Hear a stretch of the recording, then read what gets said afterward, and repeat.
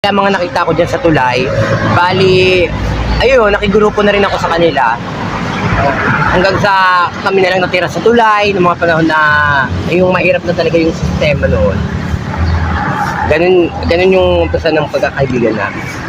Hanggang sa, ayun nga yung na-viral kami sa 24 oras sa yung nahiwa yung mukha niya. Ako talaga yung kaaway noon, pero pinagtanggol niya lang ako, ganun siya kabait.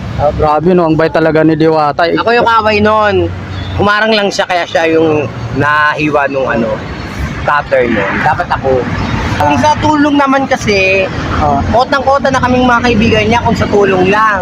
Kasi halimbawa makita niya naman ako rito, humingi akong pera sa kanya, bibigyan niya ako, pero hindi naman ganun kalaki, hindi rin ganun kaliit, yung sakto lang. Hindi naman araw-araw ko nangihingi.